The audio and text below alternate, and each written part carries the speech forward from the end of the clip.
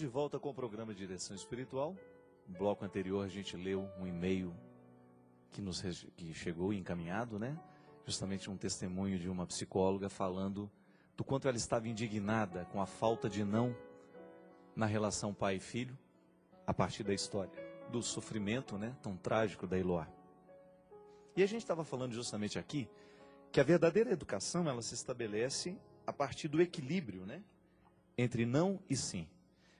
Muitas vezes nós temos a ilusão de que amar uma pessoa é você agradá-la o tempo todo. Não. Na verdade, a gente só firma no amor que a gente sente a partir do momento que a gente tem o poder de desagradar também, né? Que você já tem a segurança de desagradar. É engraçado, pode observar, pessoas muito carentes têm uma dificuldade imensa de desagradar, porque ela quer manter o outro sempre gostando dela. E manter o outro gostando da gente não é garantia de nada, né? Não garante absolutamente nada. Às vezes a gente encontra pessoas que precisam justamente se encorajar, se energizar, digamos assim, né? Para poder dizer não às pessoas, justamente para elas começarem a viver com qualidade. Porque a carência nos faz reféns de nós mesmos. Eu tenho medo do outro não me aceitar, então eu vivo para agradar. É engraçado por isso que o contexto da profecia requer muita coragem daquele que é profeta.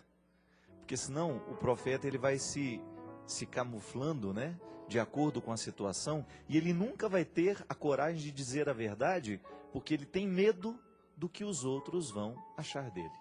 Não. Nós precisamos ter coragem profética até nos relacionamentos que nós estabelecemos.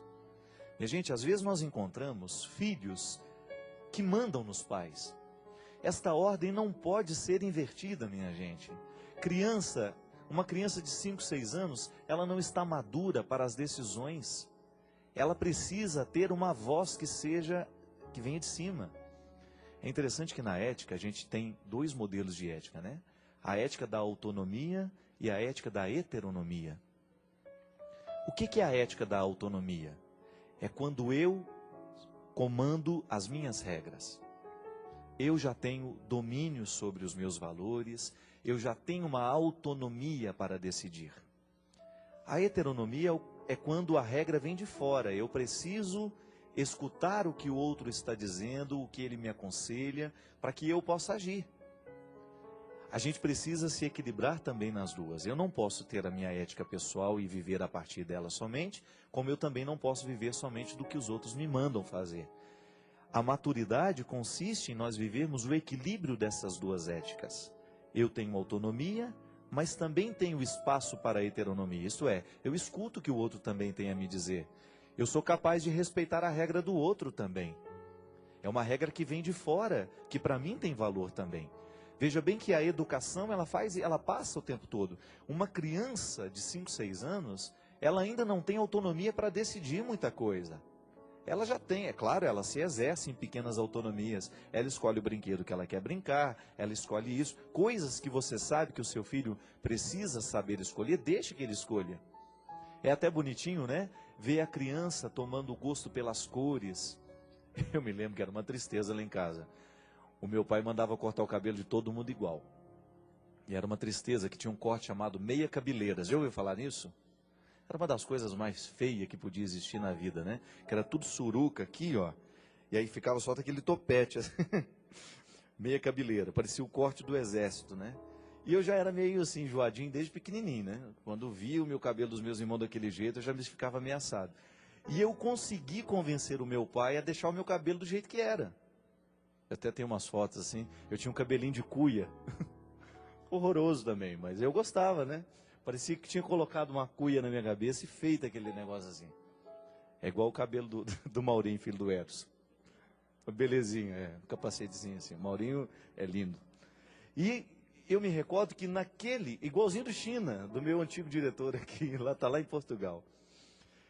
Quando eu fiz essa experiência de convencer o meu pai a deixar o meu cabelo como eu queria, eu me recordo que eu me senti, né, valorizado. Pode ter certeza que naquele momento o meu processo de autonomia começou a se fortalecer dentro de mim. Diferente de uma criança que é mandada o tempo todo. Há crianças que não têm o direito de escolher a cor que gosta. Também eu me lembro que tinha tinha, sobretudo os gêmeos, né? É uma coisa mais triste que tem, aqueles gêmeos vestidos iguais, né?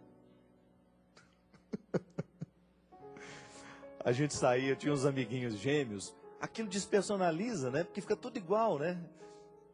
E é uma das coisas que pode ofender dois irmãos gêmeos, é isso, né? Nossa, você tá tudo igual, né? Não, não somos iguais. Ah, mas gente, são pessoas diferentes. Mas a gente tinha mania de vestir tudo igualzinho, aquela coisa.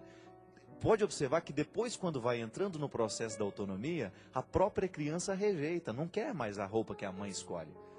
Claro, tudo isso tem limite, mas é bom você perceber que a criança vai se exercitando e crescendo nessas vontades.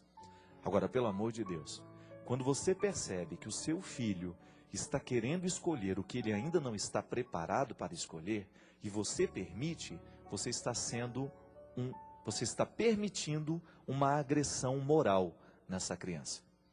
Porque uma coisa é a gente agredir o nosso filho com o nosso tapa, né? Isso todo mundo vê, isso dá até cadeia. Outra coisa é você agredir o seu filho do ponto de vista moral. Como é que eu agrido o meu filho do ponto de vista moral? Quando eu, por exemplo, estabeleço uma discussão de adultos na frente de criança. Quando eu trato de assuntos que fazem parte do contexto da vida adulta, diante de uma criança, eu estou agredindo do ponto de vista moral. Então veja bem que a agressão, ela atinge a alma, ela atinge o espírito, ela atinge a vontade. Não é só o corpo que é agredido. E hoje, minha gente, é impressionante o quanto cresce a violência física e a violência moral com as nossas crianças. Quando você percebe que a vida está deixando de ser infantil, as crianças estão deixando de ser infantis. E eu tenho uma implicância de criança adulta, sabe aquela criança que quer participar de conversa de adulto? Eu não gosto disso não. E tem gente que acha bonitinho, né? Eu não acho bonitinho. Não acho interessante que uma criança de 4 anos tenha comportamento de adulto e que fique querendo dar palpite na conversa de adulto. Não. Criança é criança. E nós precisamos saber respeitar essas fases da vida, porque senão daqui a pouco nós seremos agressores. E eu me recordei que no meu livro, Quem Me Roubou de Mim, eu trato uma história justamente a partir desta agressão que uma criança sofre no momento em que ela não é corrigida. Porque depois ela volta com uma agressividade para os pais e os pais não sabem mais o que fazer. Uma outra história, uma outra mulher, que eu já tinha falado de uma outra história aqui. Nessa mulher não existiam marcas de violência. O que havia era uma expressão de cansaço num rosto que parecia ter envelhecido antes do tempo. O rosto é o retrato da história vivida. Nela o sofrimento não nasceu de agressões de um marido que não soube amar, mas de um filho que aos 9 anos de idade assumiu o comando da casa. Um filho sem limites, agressivo e totalmente arredio a qualquer forma de regra. Contou-me que o casamento havia terminado poucos meses antes. O marido, incapacitado de transformar a relação que ela estabelecera com o filho, resolveu ir embora definitivamente. Deixou de ser marido, mas deixou também de ser pai. Ela disse que não fez muito esforço para que o marido ficasse. Ela alimentava a ilusão de que com sua ausência, o filho pudesse se tornar mais dócil, mas isso não aconteceu. Contou-me também que o marido não teve muita influência na educação do menino. O trabalho lhe retirava rotineiramente da vida familiar e nas poucas vezes que tentava alguma forma de repreensão, a mãe o desautorizava severamente. Envergonhada, ela confessou-me que por 2 vezes o menino a agrediu fisicamente. Na primeira ocasião, a reação agressiva foi pelo simples fato de ela ter passado pela sala sem perceber ter levado com o pé o cabo do videogame. Ele arremessou-lhe uma tesoura e machucou-lhe a perna. A segunda agressão resultou de uma pergunta corriqueira, coisa de quem ama. A mãe perguntara se o filho já havia tomado café. A envelhecida mulher salientou um detalhe interessante. Confessou-me que mais doído que receber uma agressão física do próprio filho era ouvi-lo dizer que ele desejava matá-la. Depois disso, ela percebeu que precisava de ajuda. Recorreu a uma psicóloga, mas o menino se recusou a entrar no consultório. A psicóloga a alertava para a necessidade de retomar a autoridade sobre a criança, mas ela não soube nem tentar. A vida não estava fácil. Estava sendo refém do seu amor. Reconheceu que errou por amar de um jeito errado. Não, ela não queria errar. Queria apenas livrar o seu menino da infância triste que ela vivera ao lado de um pai agressor.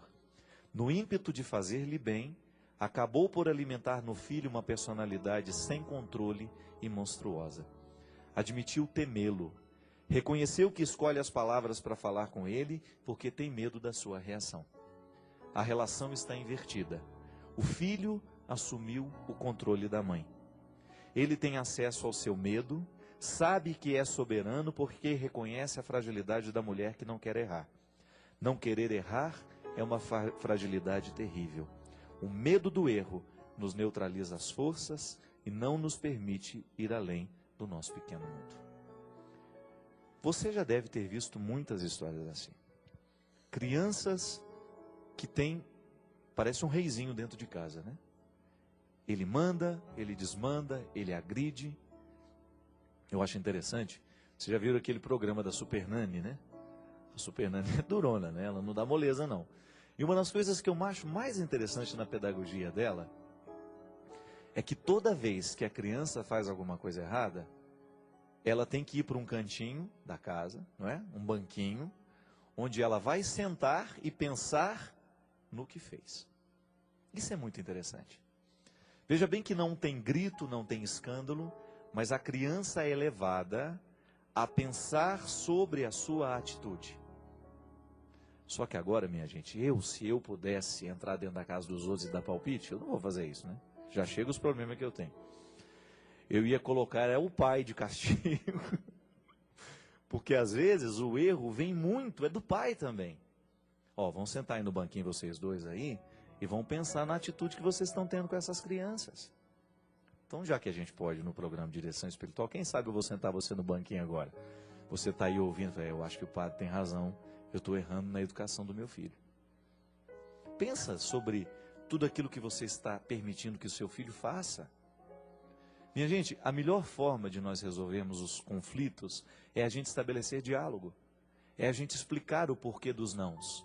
Não é só dizer não. Você diz o não e dá o motivo do não. Não é não pelo não. Há uma razão, há um motivo fundamentando a restrição. Nós não podemos pensar que um ser humano vai dar certo somente a partir de permissões.